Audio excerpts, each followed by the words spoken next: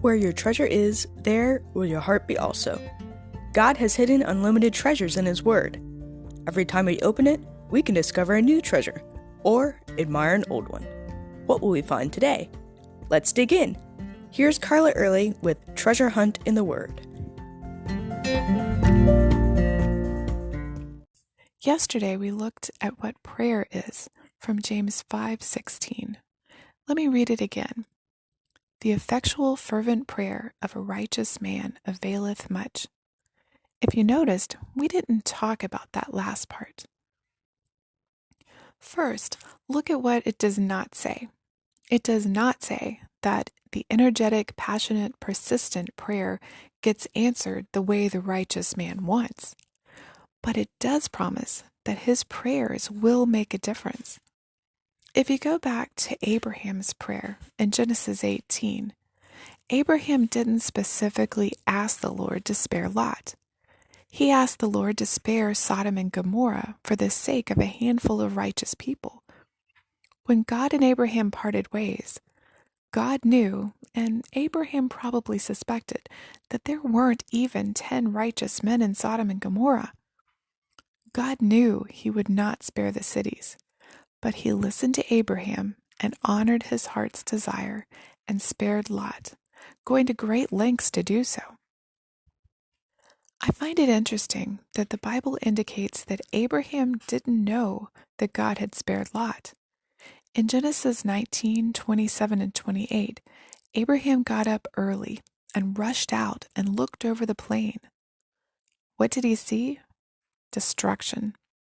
He knew God had destroyed the cities, but he didn't know that God had answered his heart's cry and spared Lot. How do you think he felt when he saw that smoke? How do you feel when God doesn't answer the prayer you pray the way you asked Him to? Yet sometimes we don't have all the information. You never know, God may have answered our heart's cry instead of answering our prayer. Or maybe what you asked for was not what was best for you or for the other people involved. We never know why God chooses to answer one prayer and do what seems to be the opposite for another prayer. But that's where faith comes in. We have to have faith that whatever God does, however He chooses to answer our prayer, is what's the best for us, for others, and most of all, for His kingdom. After all, the goal is not for us to get what we want, but for God to get glory, right? I know I sometimes lose sight of that, especially in the middle of what I feel is a crisis. But Paul reminds us in Romans 8:28 of something we know, but we often forget. So I know for me, I have to come back to this over and over and over.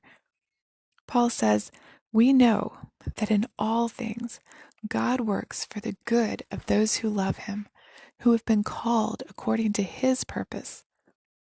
God is working, and it's always for good. It's always for His purposes. We're not in charge. He is. Aren't you glad?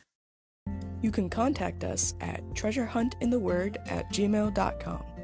Also, if you'd like to share a treasure God has given you by doing an episode, please contact us. You can listen to other episodes on our website, which you'll find in the description below. Thanks for listening, and remember, where your treasure is, there will your heart be also.